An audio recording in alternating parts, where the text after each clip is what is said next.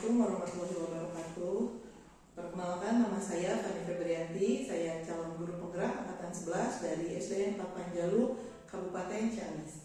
Pada demonstrasi kontekstual modul 3.1 kali ini, saya akan mewawancarai seorang ibu kepala sekolah dari SDN 8 Panjalu. Beliau bernama Ibu Rani Noviawati. Beliau adalah kepala sekolah yang hebat. Selamat siang Ibu. Selamat siang Ibu. Mohon maaf Ibu mengganggu waktunya.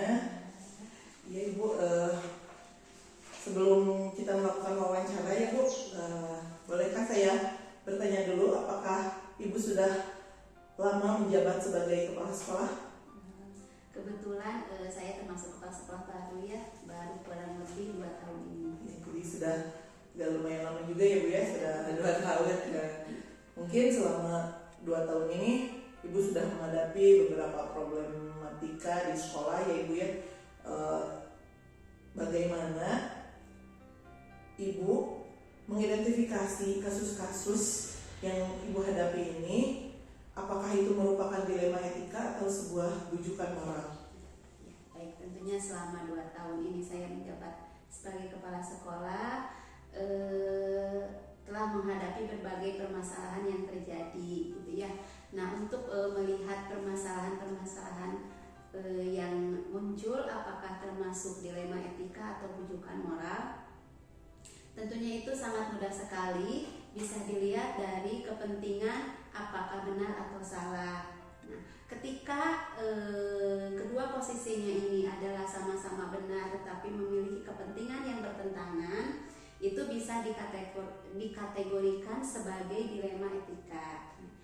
Ketika kedua kepentingannya ini benar, tetapi salah satunya ini ada yang melanggar hukum gitu ya. Nah, berarti itu bisa dikategorikan termasuk bujukan moral. Ya, seperti itu. Jadi cukup mudah ya Ibu ya, jadi mengidentifikasi apakah itu bujukan moral ataupun dilema etika. Nah, kemudian bagaimana Ibu menjalankan pengambilan keputusan di sini Ibu di sekolah, terutama untuk kasus-kasus di mana ada dua kepentingan yang sama-sama benar atau sama-sama mengandung nilai kebajikan.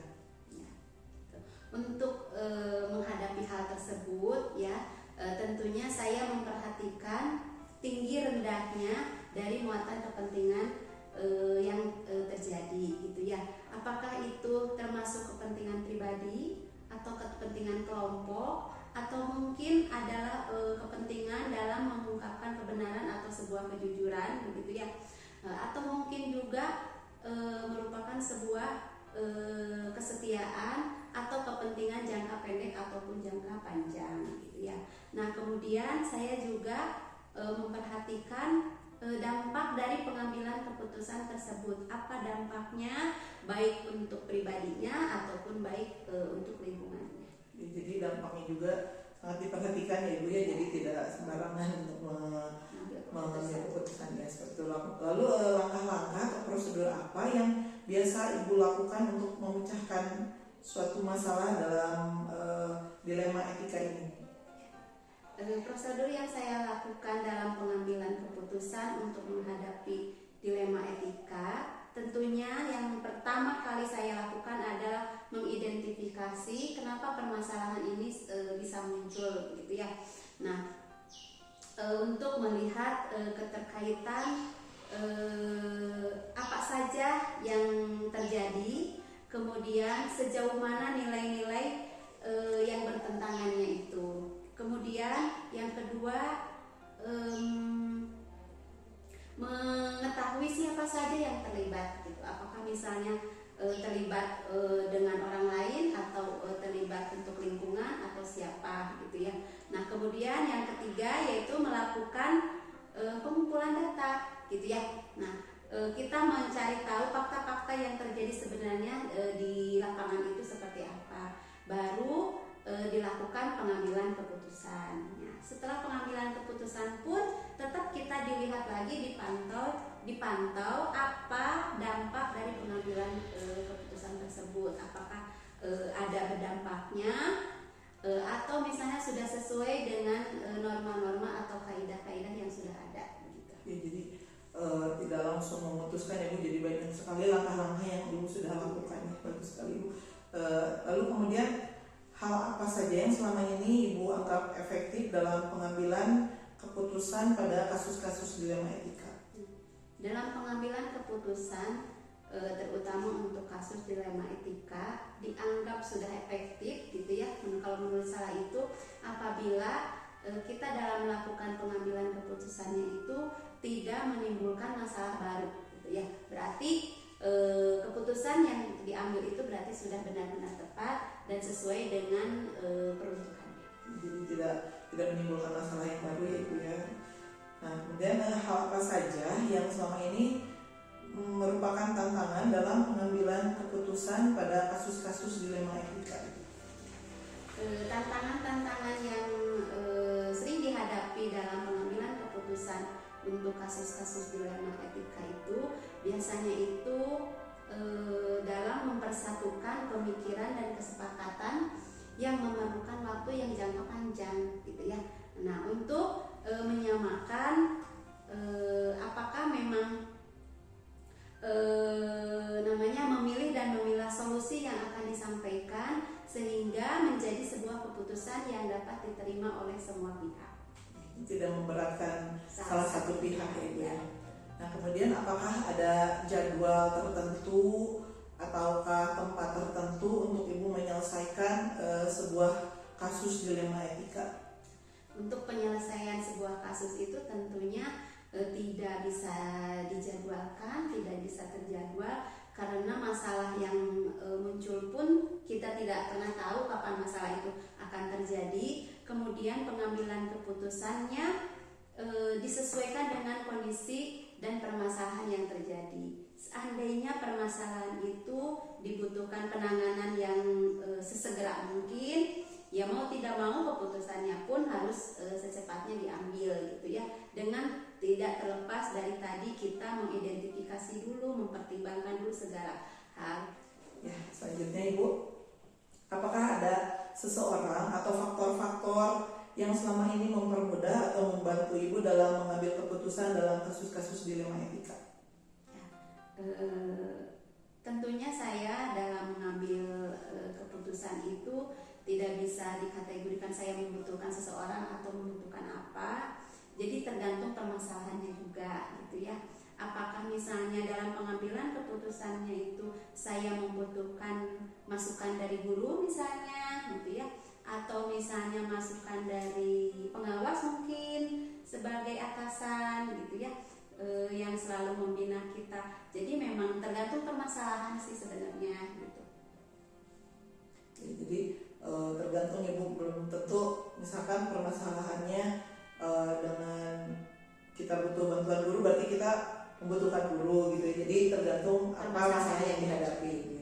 Nah, dari semua hal yang tadi Ibu sampaikan, apakah ada pembelajaran yang selama ini Ibu bisa ambil itu dari keputusan yang Ibu buat dari kasus-kasus tentang dilema etika itu? Tentu sekali banyak hikmah yang dapat kita petik dari berbagai permasalahan yang muncul. Yang pertama tentunya untuk mendewasakan kita, bagaimana kita sebaiknya dalam pengambilan keputusan yang benar-benar harus bijak, tidak memberatkan salah satu pihak, tidak memihak salah satu pihak, ataupun tidak mengejudge seseorang gitu ya. Jadi benar keputusan yang kita ambil harus benar-benar keputusan yang dapat diterima oleh semua pihak. Ya, baik Ibu, terima kasih sekali, banyak sekali ilmu yang sudah saya dapatkan hari ini. Mohon maaf sudah mengganggu waktu Ibu. Ya, mudah-mudahan kedepannya juga Ibu semakin sukses, semakin lancar ya Ibu. Ya, terima kasih. Mungkin sekian demonstrasi kontekstual modul 3.1 bersama Ibu Kepala Sekolah SDN 8 Panjalu, Ibu Rani Noviawati, SPDI MPD. Terima kasih. Wassalamualaikum warahmatullahi wabarakatuh. Assalamualaikum warahmatullahi wabarakatuh. Waalaikumsalam warahmatullahi wabarakatuh. Perkenalkan, nama saya Fani Febrianti. Saya calon guru penggerak angkatan 11 dari SDN 4 Panjalu, Kabupaten Ciamis. Pada tugas demonstrasi kontekstual modul 3.1 kali ini, saya akan mewawancarai seorang ibu kepala sekolah yang hebat. Beliau adalah Ibu Yati Nur Hayati SPDSD. Beliau dari SDN 2 Bahara, Kabupaten Ciamis. Ya, selamat siang Ibu. Siang. Ya, Ibu maaf mengganggu waktunya. Tidak, silakan saja.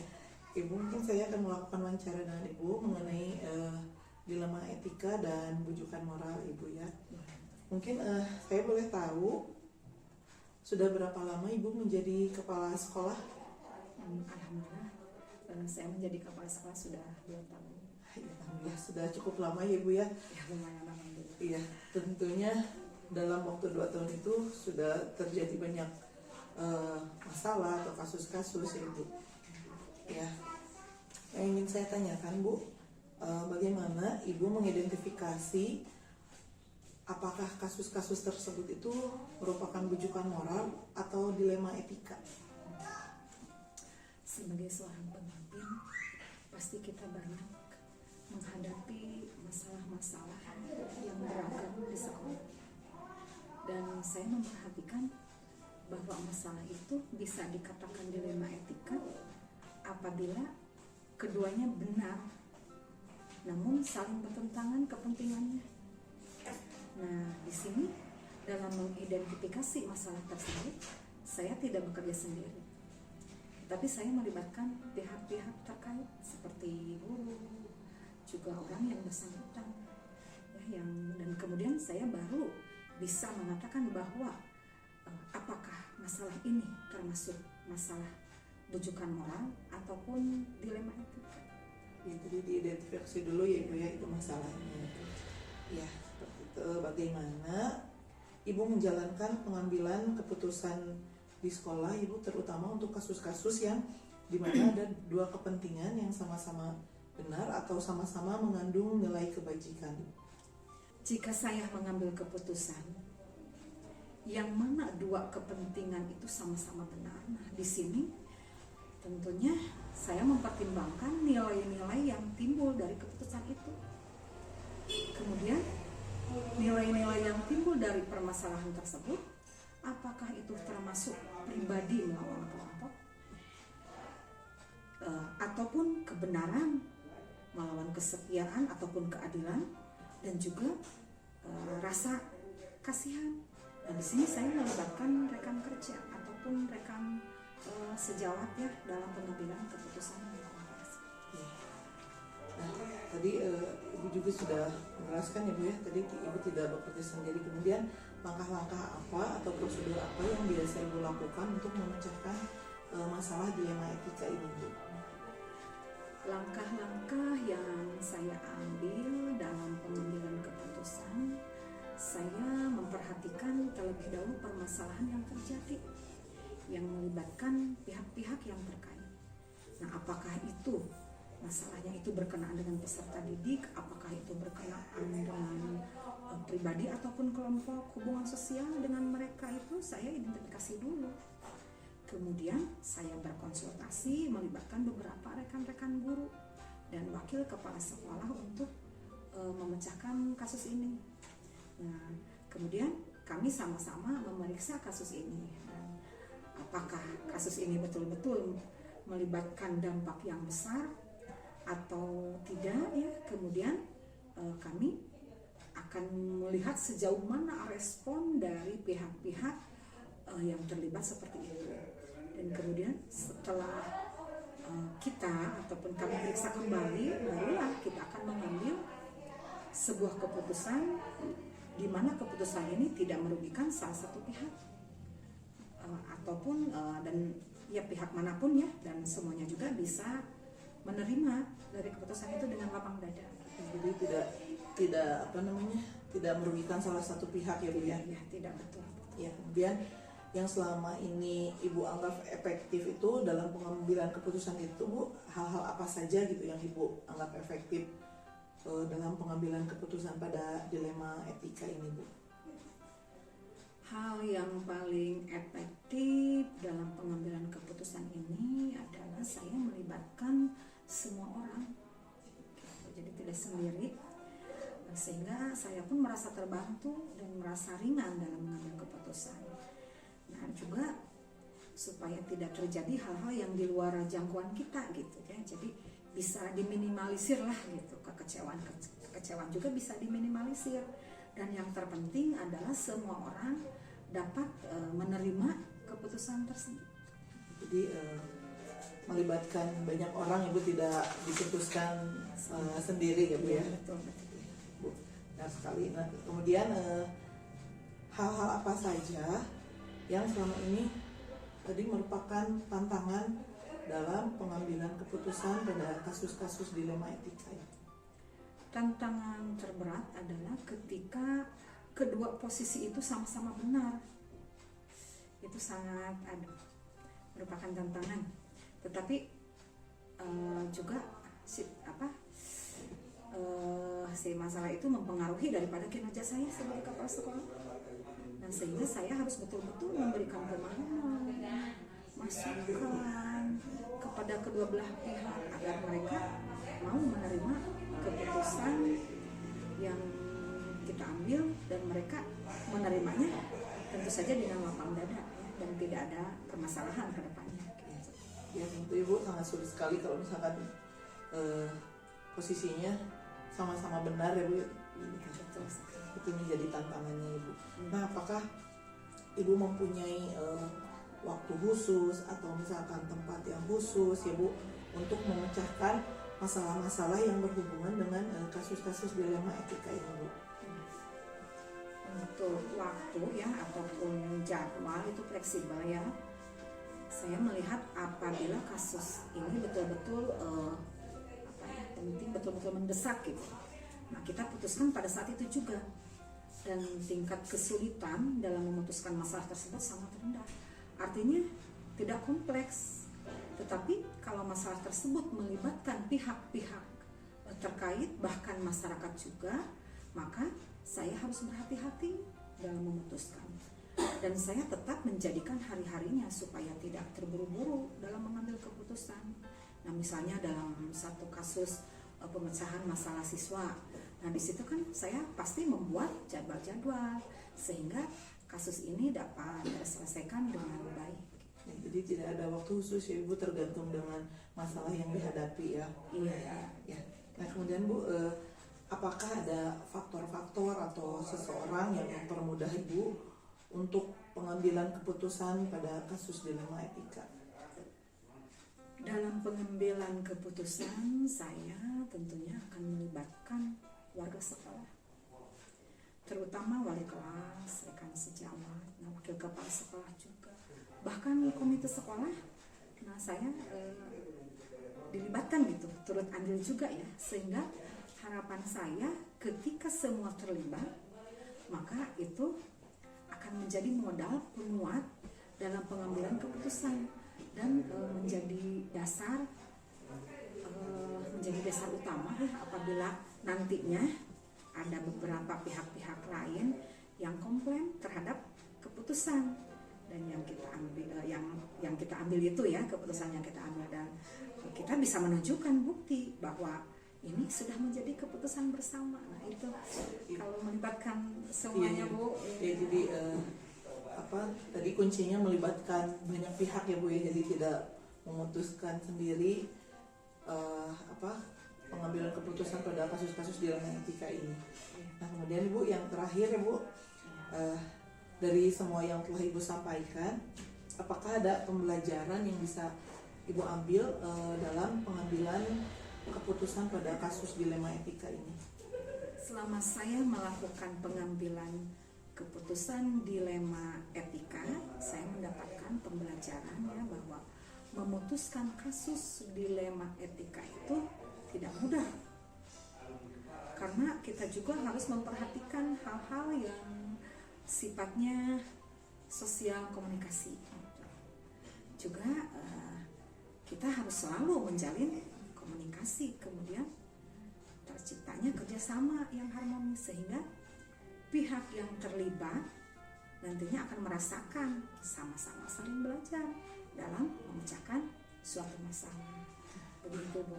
Ya, terima kasih sekali Bu, banyak sekali hal-hal yang sudah saya dapatkan, ilmu-ilmu baru yang saya dapatkan dari apa yang telah tadi kita bicarakan. Ibu, terima kasih sekali atas waktunya.